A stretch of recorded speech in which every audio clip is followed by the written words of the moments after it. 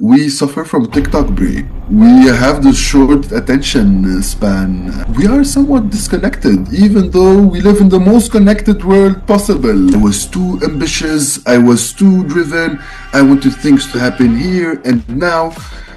It is not usually the case. Suggest me one communication skill that I should definitely have while trying to do business internationally.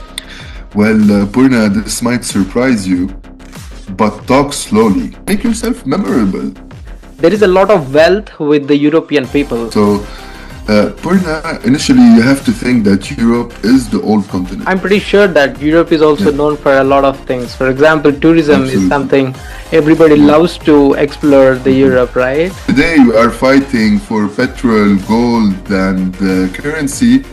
In 2050 we'll probably be fighting for waters. So you were there in different parts of the world. You just moved from one continent to another, like just you went from one city to another city. How does it actually feel? When we only think into one culture, I feel like it's like a horse having the hides on the sides of the eyes, so you are only able to see in your own lane. You went from the sports lawyer to being there in the diplomacy thing. How does it feel to be there? Arab world is still very much dependent on importing their foodstuff from abroad. When dealing with other countries, other country officials, you need to consider that politicians are busy people. So they are not rich in time. You need to be quick. I need to learn about their agenda. I need to know about the ministry's agenda.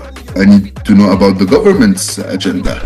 And make my proposition attractive to them, fitting it into their own agenda. So it's not only what I want to extract from you, it is also knowing what I have to offer to them. You were there in different parts of the world, right? Which culture you like the most? And I work at ISDE, and it's Instituto Superior de Derecho y Economía.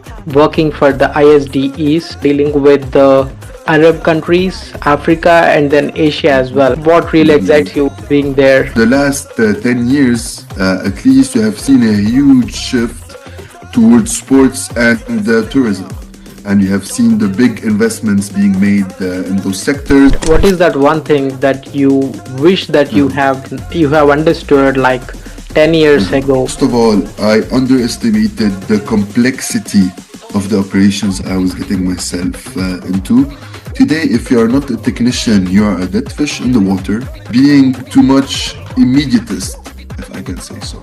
So give yourself time to grow that experience, invest in those relationships, invest in those projects, and this is where you will finally see the results. I really like that when you said invest in the relationships. We never know who brings us the greatest opportunity.